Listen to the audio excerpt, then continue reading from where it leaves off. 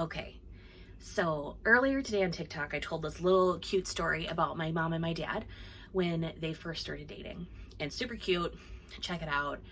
And as usual, people are asking questions like, hey, can we see your mom and dad now? Well, my dad passed away more than 17 years ago now. And if there was a current picture of the two of them, I mean, it would not be a great picture. It wouldn't.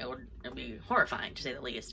And even, like, I was just thinking, like, even if my mom were to, like, show up next to his tombstone and be like, what's up? And, like, take a picture, like, that would also be weird. I mean, I've taken that picture several times at my dad's, like, gravesite, but that's because I'm a depressed millennial, and I'm allowed to do weird things like that. But not my mom. I don't know, maybe she could.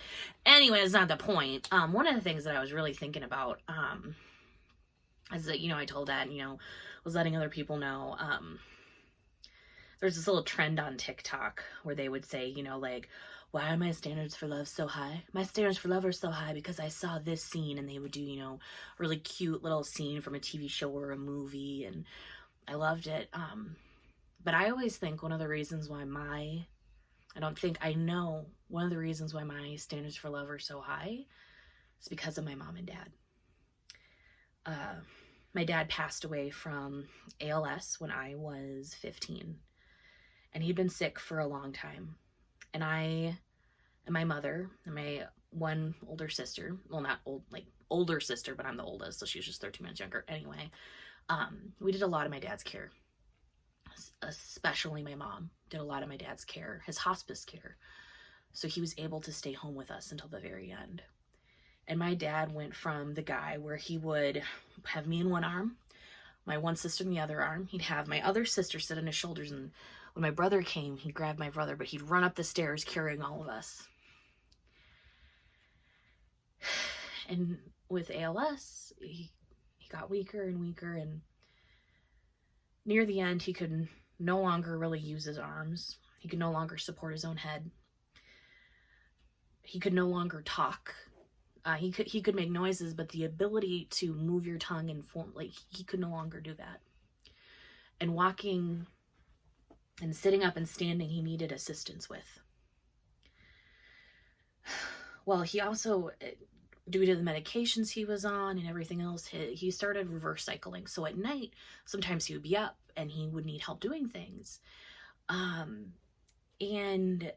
it got to be so much for my mom that eventually, she reached out to my sister and I, and she's like, hey, I know it's not fair, but I need your help at night. So she would occasionally wake us up, one of us, and we would go downstairs and we would watch TV with our dad and help him, if he needed to get adjusted or with the medication, or sometimes with his feeding tube, we would help. So my mom could get some of that rest. Well, one night my mom, kind of told me, she's like, hey, I'm going to get you up tonight. I'm going to wake you up, and then, come down, you can watch TV with your dad for a little bit, and then I'll come down so you can get some more rest. And I was like, oh, absolutely.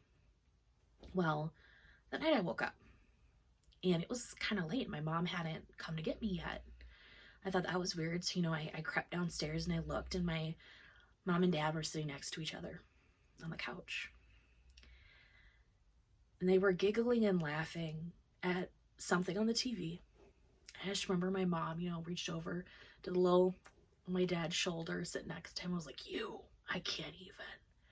And they're just giggling. I didn't know I was there. I just watched them.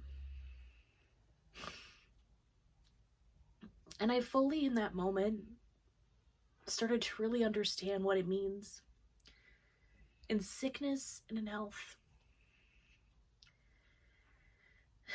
And to get to look at this little glimpse into their marriage, even when things were difficult and hard, and he was dying, but they still could sit next to each other and have a giggle. And he couldn't talk, but my mom knew the little joke that he made, maybe by like a nudge or a look he gave her. And I just watched. Eventually, I was like, hey, it's me. You can head to bed, Mom. And, my mom and dad looked at each other, and they looked at me, and my mom just smiled and said, you know what? Your dad and I are having a great time watching TV. You head back up to bed.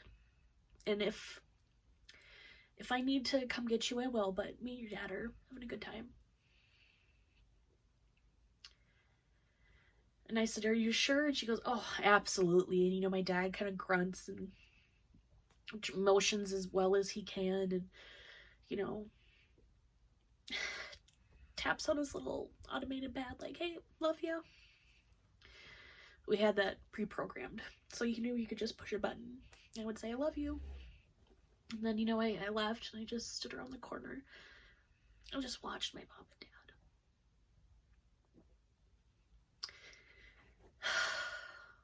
And that is one of my most precious, favorite memories of the both of them.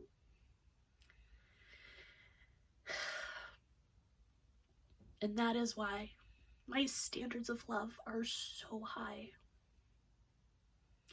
And I am so thankful for that. All right, talk to you later. Bye.